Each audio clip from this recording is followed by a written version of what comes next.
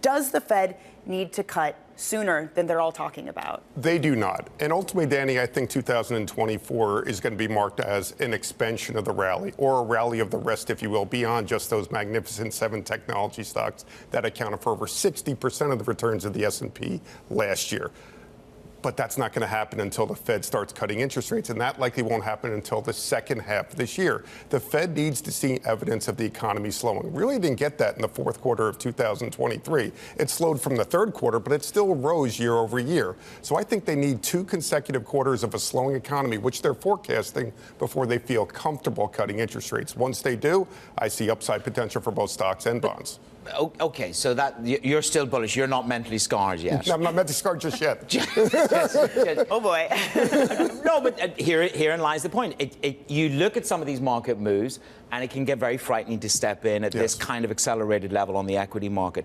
Have you any caution about deploying cash? Because the argument that you have is that the longer I sit in cash in the CD, the more opportunity cost I'm giving up on the upside on the equity narrative. Are you suffering from that delayed mechanism of triggering deployment? The markets have certainly got ahead of themselves. We saw in November of last year, equity markets rallied by nearly 10% in November. Municipal bonds had their best month since July of 1986, once the market started to believe that we reached the end of this rate hike cycle. However, they've already priced in a soft landing. They've already priced in the first rate cut. And unfortunately, I don't think that first rate cut is coming until at least July or August. That's so late. markets could pull back in a little bit. But once they do pull back and the Fed does start cutting interest rates and economic growth starts to moderate, then we're going to see opportunities in stocks and bonds again, beyond the Magnificent Seven. Oh, I'm so tempted to ask about small caps, Manus. Can I do right 2 days in a row? Go right ahead. Okay, my small caps. Running theme of Bloomberg Brief. I know. One day I'm not going to ask about small caps, but I'm sorry. Today is not that day. Russell 2000 yesterday down by 1 1/3%. We've seen some of the regional banks that exist in there also leading those losses.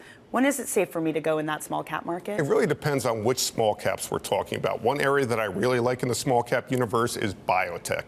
Certainly from an M&A perspective, it's forecast that this year there'll be somewhere between $225 to $275 billion worth of M&A activity in the small cap biotech space. If that happens, that would be the second most on record.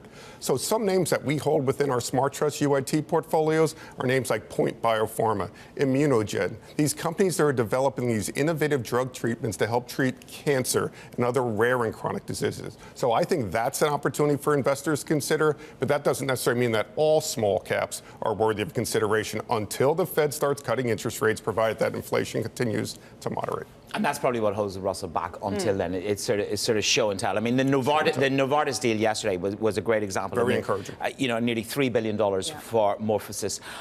But you're not avoiding Mag 7. I mean, you'd like Amazon. I just wonder when you see moves like Mega Meta on Friday up 20%, $197 billion.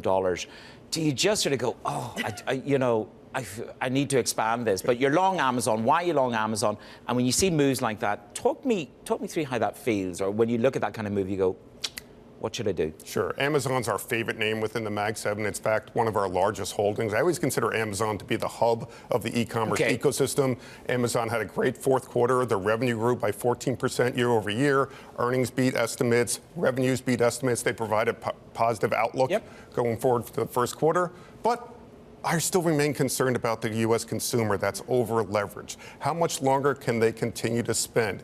If, in fact, they shift to servicing their outstanding debt, $1.2 trillion of outstanding consumer credit card debt, and don't spend, well, the economy is only going to slow further because the consumer accounts for 70% of GDP growth here in the United States. So my concern going forward is how much more can the consumer spend? But when they do spend, they're spending online, and Amazon's the primary benefactor. So when you start to see that shift happen, if you start to get those clues, are you ditching your Amazon stake then?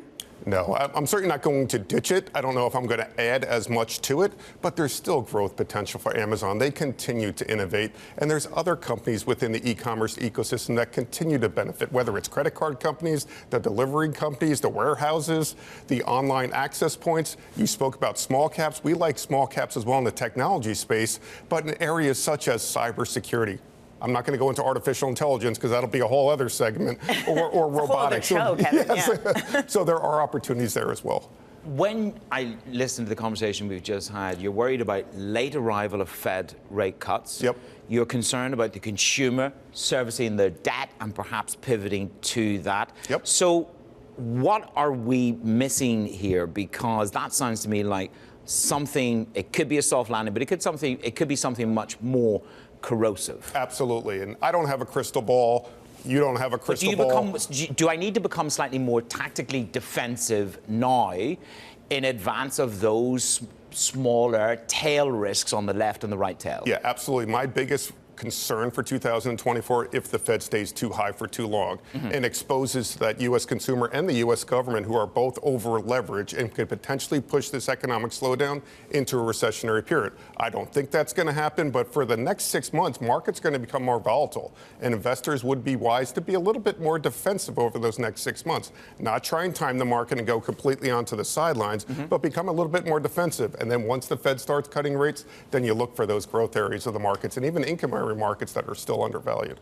Kevin, we've had another day, another big buyback announcement. This time it's BP, $3.5 billion. We're getting more of these for companies. They definitely vary in size depending on which they are. But do you want to ride... The Americans did a bigger buyback. Yes, I mean, everything's bigger here. Do you want to ride that buyback wave? Do you like companies that are doing shareholder-friendly things right now? Absolutely. I always like companies that do shareholder-friendly things, including increasing their dividends. Companies with a history of growing their dividends show a sign of management confidence and also balance sheet strength. In terms of buybacks, in fact, 5 of the 7 Mag 7 stocks are forecasted to buy back stock this year.